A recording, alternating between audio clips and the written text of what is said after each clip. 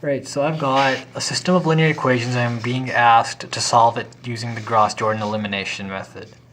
Now, regardless of the number of equations you have, the first step always to use for Gauss Jordan elimination is to make a coefficient matrix, which I've already written down over here. And then we're going to try to put it into RREF form or reduced row echelon form.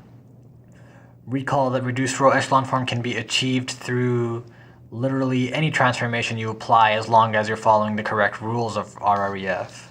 So the first one I would use over here is to switch the first row with the third row. That would leave me with 1, -1, 2, -4, 2, 3, 0, 5. So you could achieve RREF through infinite different ways. Keep that in mind. I'm not doing the only correct way here. My next step, I would like to reduce the second row into a 0, so I'd do R2 plus R1 times -2 to get the initial coefficient into a 0.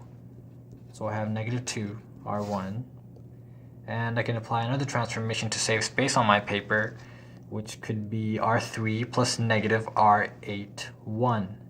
Oops, -8 R1. So that would give me a 0 in the third column as well. So R3 plus -8 R1. I'll be left with matrix 1, -1, 2, -4. Of course, we're not doing anything to our first row.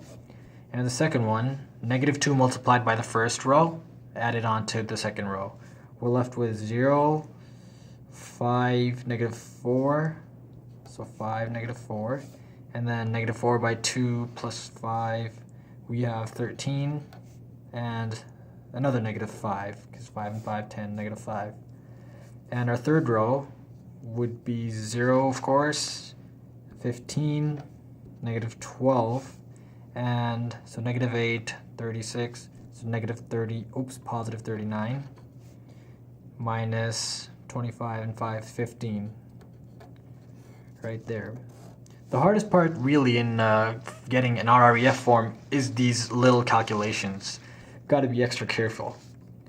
Next step, of course, we're far from our RREF form, would be, I see R3 plus -3 R2. That would be to get rid of this 15 right here. So let me put that this way. R3 plus -3 R2. I can apply another one, of course, R3, or actually, let me go ahead with this one and see where it takes me. So I have 1, -1, 2, -4, an untouched first column. And then I have an untouched second column, 13, -5, and then R3 plus -3 R2. This remains the same. This we get a 0. -3 by 4, 12 becomes a 0. -3 times 13 is -39. We get another 0. -5 times -3 would give us positive 15 plus -15. Excellent, we have a 0 row. It's always a good sign. Makes your work, reduces it by a lot, basically. Then we have 1/5 of R2 would get this into RREF, closer actually. I mean, for now, we are in REF form, just reduced row echelon, just echelon form. So if we multiply our second row by just 1/5, we'll be left with a 1 as the leading coefficient. So 1, -1, 2, -4, 5, 0. We have 1, -4/5, and 13/5. Of course, we're always trying to avoid fractions in our RREFs, but not, of course, when you don't have a choice. And I believe we're one step away now. We basically need to turn this -1 into a 0, so we have two leading ones with a zeros all over them. So R1 plus R2 will do that job nicely.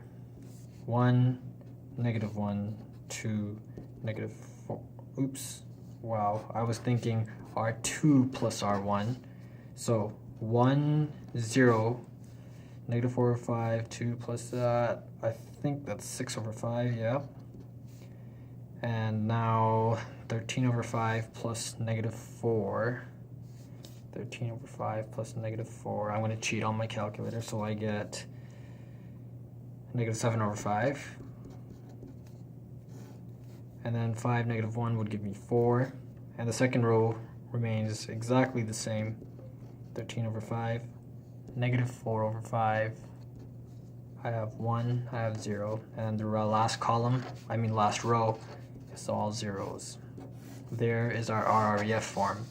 That is the hard part of any Gauss Jordan elimination question done. Now the next step is identifying leading and free variables. A leading variable is any variable that starts a new column. So we have one variable that starts this column, and then the next variable, x2, yes, it does start a new column, so it is a leading variable. x3, I see no number that starts any new row. So that means x3 would be a free variable. x4, same thing, no new row started. So my leading variables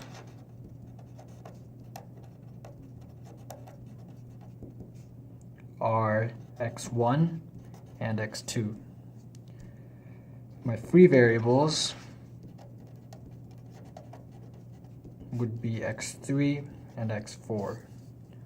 Once we have all that information done, we can put our linear equations back into linear equation form. So we'll do that. Our first row is x1 plus 6 over 5 x3 minus 7 over 5 x4 equals to positive 4. Second row, x2 minus 4 over 5 x3 plus 13 over 5 x4 equals negative 1. And our last row, of course, is just zeros. We don't need to include that. Now, where Gauss Jordan elimination applies, we set any variable for x3 and x4. Let's call x3 t and x4 s, two separate letters. And we make t and s elements of R, so they're real numbers. Since we don't know that they're leading variables, we set them equal to any random real number. Once we do that, we need to find x1 and x2. We need to find x3 and x4 in terms of x1 and x2. In other words, we need to set x1 and x2, our leading variables, as the subject of these formulas. Let me show you what I mean. So if x1 is alone on one side, I will have 4 minus 6 over 5 x3, which we set as t, plus 7 over 5 x4, which was s. That is what our leading variable x1 is equal to. Same thing with x2, we're left with negative 1 plus 4 over 5 x3, which is t, minus 13 over 5 x4, which is s. That right there could be an answer. If you're asked to find it in basis form, then I'll show you what to do right there. Just a second.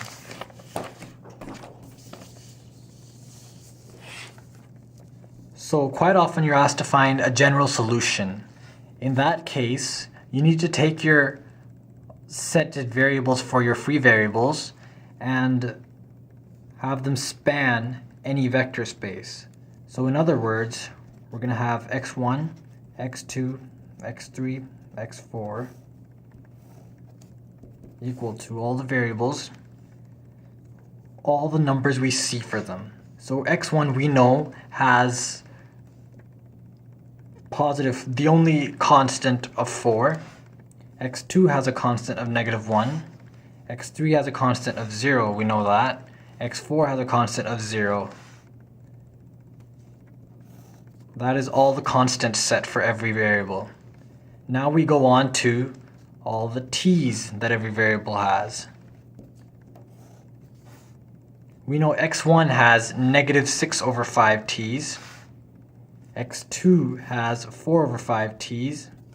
x3 We set it as t, so it has 1 t always. x4 has no t. That is the next part of our general solution done. What we're left with is s.